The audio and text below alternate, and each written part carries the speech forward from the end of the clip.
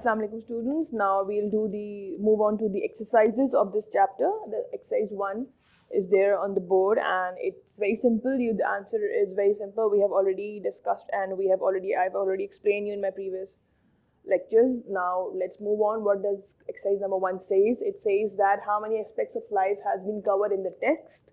So you can see that we have already done, and we have done 7 aspects of his life.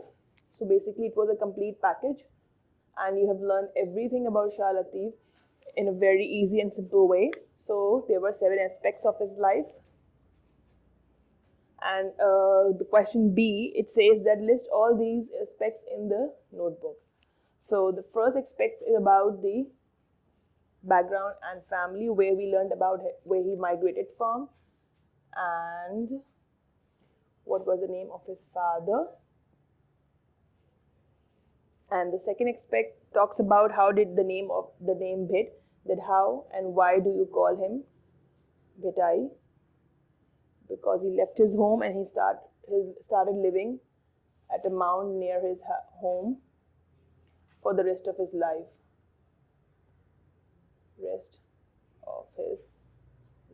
So for that reason he is called Bhitai, or Shah Abdul Latif Bhitai, or Shah Latif of the Mount.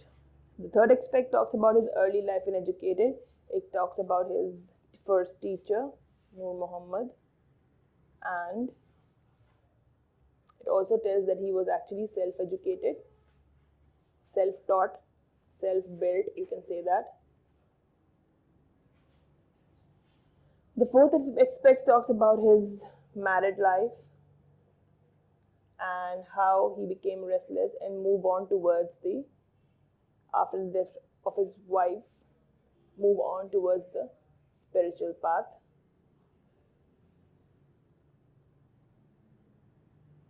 The fifth aspect, it talks about the spiritual power. So over here we learned that how he increased his followers, how did his personality groomed, what were the key elements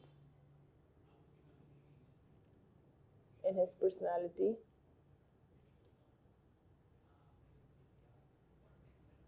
Okay. Sixth aspect, it talks about his death and remembrance, why he is remembered all over the world and how did he die. So it tells us about this.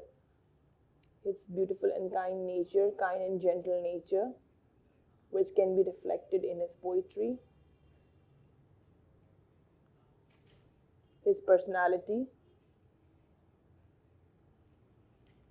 So that is the reason that he has been remembered all over the world, and his work has been translated into English, Urdu, and many other languages. We can see that he was highly skilled and he can speak or write in different languages, like they have mentioned about the Persian language as well. And the seventh aspect, it talks about Shah Latif's poetry, that what message does it give. So basically it's the message of love for the humanity.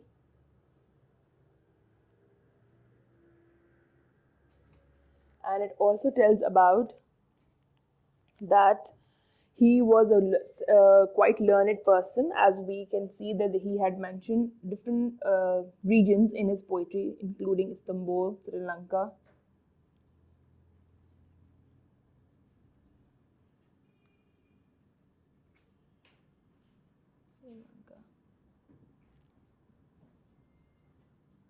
And Java, etc.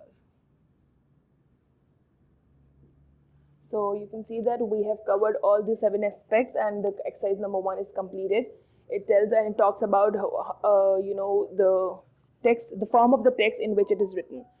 So briefly, I can explain you again, but we have already done this thing, that we have talked about Shah Abdul Latif Bhitai's life, and we have covered different aspects. There are 7 aspects in the book, and the first one is the background and family. Then the name Bhit, how did he call his, why do people call him Bhitai?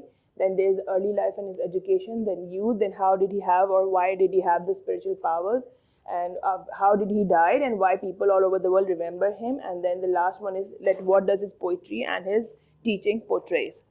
So this was all about exercise number 1. Then we'll move on to exercise number 2 now. Okay, thank you.